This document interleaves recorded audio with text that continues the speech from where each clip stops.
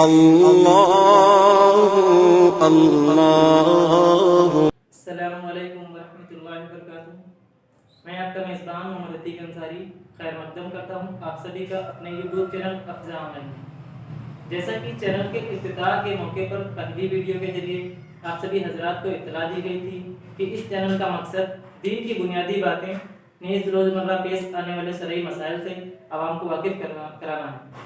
اس سلسلے میں ہماری پہلی ویڈیو میں کمنٹس کے ذریعے کچھ سوالات موصول ہوئے ہیں، تو ہماری آج کی ویڈیو میں انہی سوالوں کے جوابات دینے کے لیے ہم نے اپنے محترم ساتھی محمد انس ندوی کو مدعو کیا ہے۔ سوال جواب کا سلسلہ شروع کرنے سے پہلے بتا دوں کہ محترم صاحب کا دینی مسائل پر گفتگو نام سے ایک واٹس ایپ گروپ بھی ہے، اگر آپ اس میں شامل ہونا چاہتے ہیں تو لنک ڈسکرپشن میں مل جائے گا، وہاں سے آپ گروپ میں شامل ہو سکتے ہیں۔ آئیے گروپ کرتے ہیں اپنے پہلے سوال کا۔ پہلا سوال دیکھا جائے۔ پہلا سوال ہمارا ہے بہن نور صبا کا۔ ان کا سوال ہے کہ عورت کا جوڑا باندھ کر نماز پڑھنا کیسا ہے؟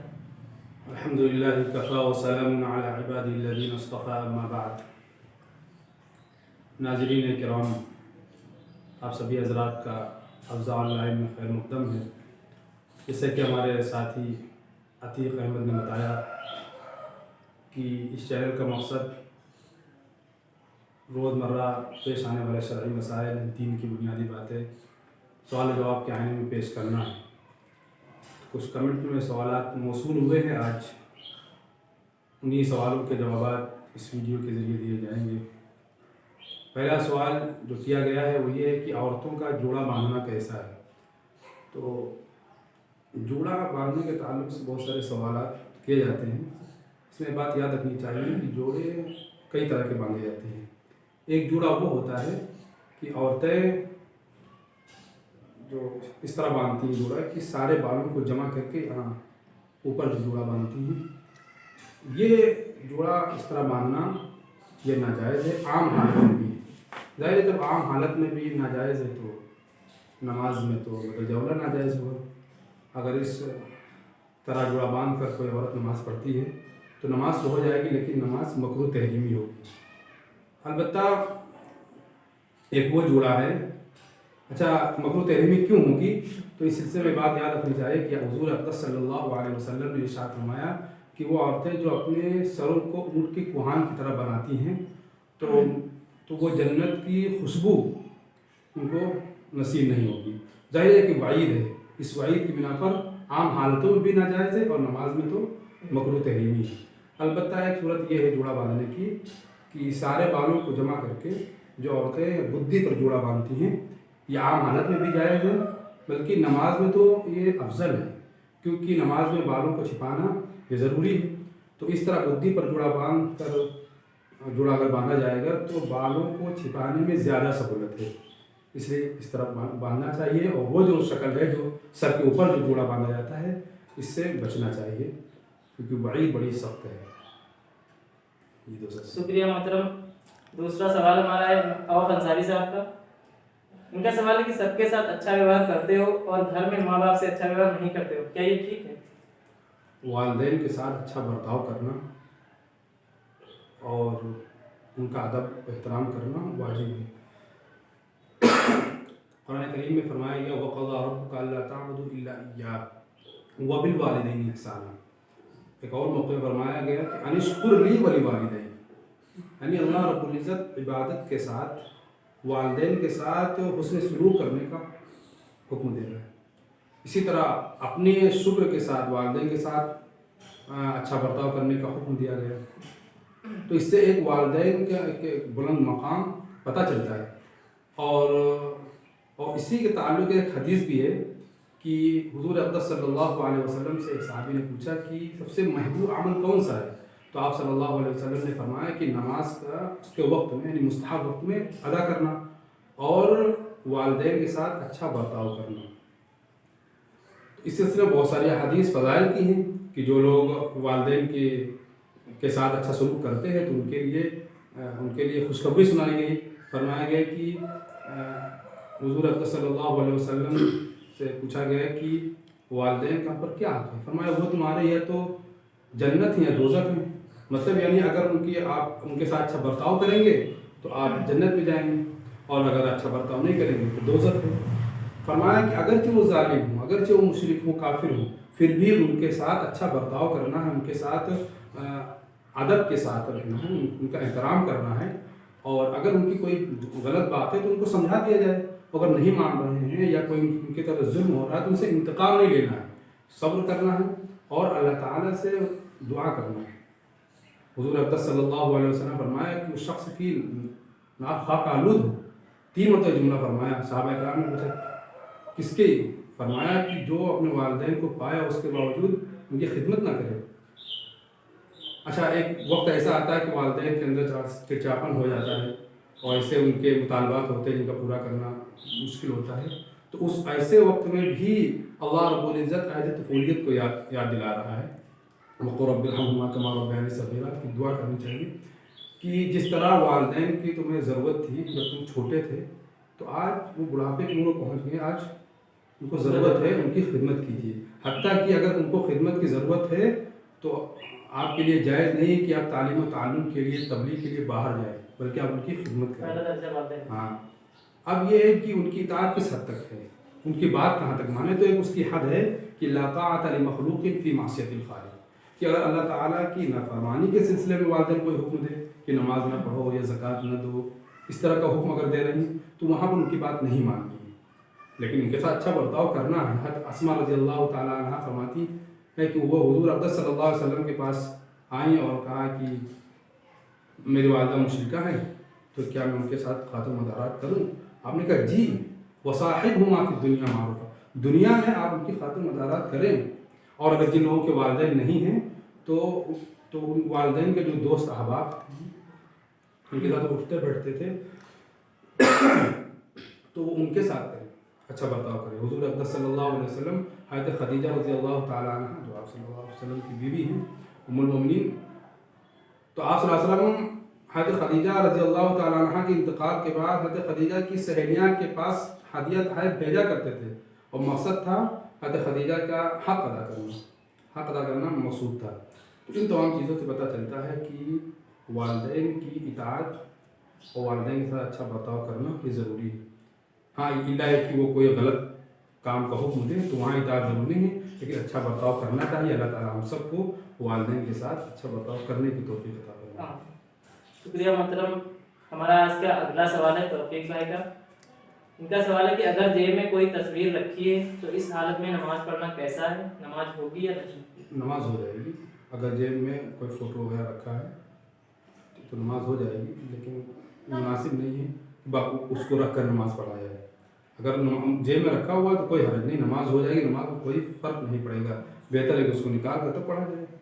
نہ رکھیے تو بہتر۔ ہاں، نہ رکھے تو بہتر ہے۔ شکریہ محترم۔ آج کا اگلا سوال ہے قریشہ خاتون بہن کا۔ یہ پوچھتی ہیں کیا رشتہ ہونے سے پہلے لڑکا لڑکی ایک دوسرے سے بات کر سکتے ہیں یا نہیں؟ حدیث شریف سے یہ تو صراحت ملتی ہے کہ شادی ہونے سے پہلے لڑکا لڑکی کو ایک نظر دیکھ سکتا ہے، لیکن تنہائی میں ملنا اور بات چیت کرنا شریعت اجازت نہیں دیتی ہے، اور یہ حیا کے بھی خلاف ہے اور غیرت کے بھی خلاف ہے۔ جن والدین کے اندر ذرا برابر بھی حیا ہوگی اور غیرت ہوگی تو وہ کبھی بھی اس چیز کی اجازت نہیں دیں گے، بلکہ برداشت نہیں کریں گے کہ ان کی لڑکی کسی غیر محرم سے تنہائی میں ملے، بات چیت کرے۔ اس لیے یہ حیا کے خلاف ہے اور یہ جائز نہیں ہے، اگر کوئی ایسا کرتا ہے تو وہ گنہگار ہوگا۔ شکریہ محترم۔ آج کا اگلا سوال ہے محمد ظہیر بھائی کا۔ یہ پوچھتے ہیں کہ اس مرتبہ عمرہ کرنے کا کیا معاملہ ہے، کتنا خرچ لگتا ہے، کب سے شروع ہوگا؟ عمرہ کے سلسلے میں آپ کو بتا دیا جائے کہ الحمدللہ 4 اکتوبر 2020 سے عمرہ شروع ہو گیا ہے، لیکن ابھی ادر کنٹری سے لوگ جا کر وہاں عمرہ نہیں کر سکتے ہیں۔ جانکاری ملی کہ اگلے مہینے سے شروع ہو جائے گا عمرہ، اگر شروع ہو جائے گا تو آپ کو جانکاری دے دی جائے گی۔ اگلا سوال ہے وسیق احمد کا۔ یہ پوچھتے ہیں کہ ہندو بھائیوں کے پروگرام میں شرکت کرنا کیسا ہے؟ دیکھیے، جو ہمارے غیر مسلم بھائیوں کے جو پروگرام ہوتے ہیں وہ اکثر شرک پر مبنی ہوتے ہیں، اور ایک مسلمان نہ وہ شرک والا عمل کر سکتا ہے اور نہ جہاں شرک والے اعمال ہوتے ہیں نہ وہاں وہ جا سکتا ہے۔ قرآن میں فرمایا گیا ان الشرک لظلم عظیم، کہ شرک بہت بڑا ظلم ہے، بہت بڑا ظلم ہے۔ تو اگر ہندو بھائیوں کی طرف سے کوئی دعوت ملی ہے پروگرام میں آنے کی تو دیکھا جائے کہ وہ شرک پر مبنی تو نہیں ہے. اگر شرک پر مبنی نہیں ہے، وہاں شرکیہ کام نہیں ہو رہے ہیں تو جانے میں کوئی حرج نہیں. جیسے عام طور پر سیاسی جلسے ہوتے ہیں اور اسی طرح قیام انسانیت کے موضوع پر بہت سے جلسے آج کل ہو رہے ہیں، وہاں ہندو مسلم سب شریک ہوتے ہیں تو اس میں کوئی حرج نہیں. یا کہیں ملک کی بات کو وہاں لوگ شریک ہو تو بالکل شریک ہو سکتے ہیں. لیکن مذہبی جب کوئی مذہبی معاملہ آ جائے تو پھر وہاں کیونکہ ان کے مذہب میں اکثر جو پروگرام ہوتے ہیں مذہبی کے اعتبار سے تو وہ صرف پر مبنی ہوتے ہیں، اس لیے ہمارے لیے جائز نہیں ہے. اور اگر وہ بھائی کہیں کہ بھائی ہم تو آپ کے مذہب میں آپ کے تہوار میں آتے ہیں، آپ بھی آئیے بھائی چارہ، تو ان سے کہہ دیجئے لکم دینکم ولی دین، کہ ہمارا مذہب ہمارے ساتھ، تمہارا مذہب تمہارے ساتھ ہے. تمہارے وہ یہ کام ہوتے ہیں جو تمہاری کتاب کے مطابق بھی صحیح نہیں، یعنی ہم شرکت نہیں کر سکتے ہیں. ہاں ہم کوئی رکاوٹ پیدا نہیں کر رہے ہیں، آپ خوشی سے کیجئے، یہ جمہوریت ہے. بہت سے لوگ کہتے ہیں بھائی چارہ ہوگا، ہم ان کے ساتھ شرکت کریں. تو بھائی اگر وہ کہیں کہ مندر میں چلیے وہاں پوجا بھی کرنا ہے بھائی چارہ کے لیے تو یہ کوئی بات ہو نہیں. تو مذہب جہاں مذہب کی بات آئے تو آپ اپنے مذہب پر عمل کریں، ہم اپنے مذہب پر عمل کریں گے. ہاں انسانیت کے ناطے ہم مدد بھی کر سکتے ہیں، آپ کی تعزیت بھی کر سکتے ہیں. اگر آپ کے وہاں کسی کا انتقال ہو گیا تو آپ تعزیت کے لیے جائیں گے، آپ کی مدد کریں گے، آپ کے ہر کام آئیں گے. لیکن جب مذہب کا معاملہ آئے گا تو آپ اپنے مذہب پر عمل کریں، ہم اپنے مذہب پر عمل کریں گے. یہ ہونا چاہیے، یہی ضروری ہے. آج کل لوگ اپنے مفاد کے لیے پتہ نہیں کیا کیا کر لیتے، ہولی وغیرہ کھیل لیتے ہیں، یہ صحیح نہیں ہے. حتیٰ کہ اگر ان کے وہ پروگرام یا وہ تہوار جو شرک پر مبنی ہے تو ان پر مبارکباد دینا بھی صحیح نہیں ہے. نہیں صحیح، ان سے کہہ دیجئے کہ بھائی آپ کا مذہب کا معاملہ ہے، آپ سمجھیے ہم رکاوٹ پیدا نہیں کر رہے ہیں، البتہ ہم اس سے دور رہتے ہیں کیونکہ اسلام میں اس کی اجازت نہیں دیتا ہے. ہاں اگر کوئی مثال آپ ایسی جگہ پر ہیں جہاں مغلوب ہیں یا کسی نقصان کا اندیشہ یا کسی ملازمت میں ہیں، کہیں شعبے میں کام کر رہے ہیں، اگر آپ مبارکباد نہیں دیں گے تو ہو سکتا ہے نوکری سے ہاتھ دھونا پڑ جائے یا فتنے کا ڈر ہو، تو وہاں پر مجمل انداز میں آپ ان کو مبارکباد بھی دے سکتے ہیں اور شرکت کر سکتے ہیں. لیکن عام حالت میں تو یہ چیز جائز نہیں، ہمیں بچنا چاہیے. اگر غیر مسلم بھائی کہہ بھی رہے تو ان کو سمجھا دینا چاہیے کہ یہ مذہب ہے اور قانونی اعتبار سے بھی ہر ایک کو اپنے مذہب پر عمل کرنے کا مکمل اختیار ہے. آپ اپنے مذہب پر عمل کیجئے اور جب کوئی بات آئے گی مذہب سے ہٹ کر تو انشاءاللہ ہم آپ کا ساتھ دیں گے. یعنی صرف والے پروگرام سے بچنا چاہیے. ہاں بالکل بچنا چاہیے. وہ کوئی پروگرام اب جانے والا خود فیصلہ کرے کہ اس میں کیا ہو رہا ہے. اس میں الگ الگ پروگرام کا بتانا کہ یہ مناسب نہیں. وہاں جائے وہ خود پتہ چل جائے گا کیا ہوتا ہے. شکریہ محترم. ہمارا آج کا اگلا سوال ہے انیس خان بھائی کا.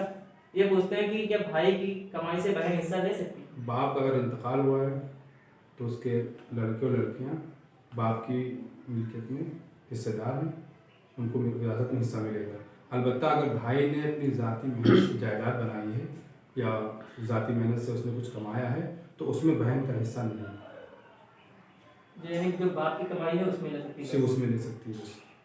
شکریہ محترم. آج کا آخری سوال ہے سارن انصاری صاحب کا. یہ پوچھتے ہیں کہ گانے کی طرز میں نعت پڑھنا کیسا ہے؟ حضور اقدس صلی اللہ علیہ وسلم نے قرآن کریم کو گانے کے طرز پر پڑھنے سے منع فرمایا بلکہ مذمت بھی فرمائی ہے.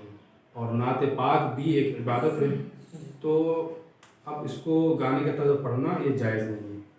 دوسری چیز یہ ہے کہ ایک چیز اور ہے کہ جس گانے کے طرز پر نعت بنائی جائے گی اور پھر وہ نعت پڑھی جائے گی تو پھر جب وہ نعت پڑھی جائے گی تو سننے والا بھی اور نعت پڑھنے والا بھی جب پڑھے گا یا کوئی سنے گا تو اس کا ذہن اس گانے کی طرف جائے گا جس طرز پر نعت بنائی گئی ہے، تو گویا کہ یہ بے ادبی ہوگی نعت.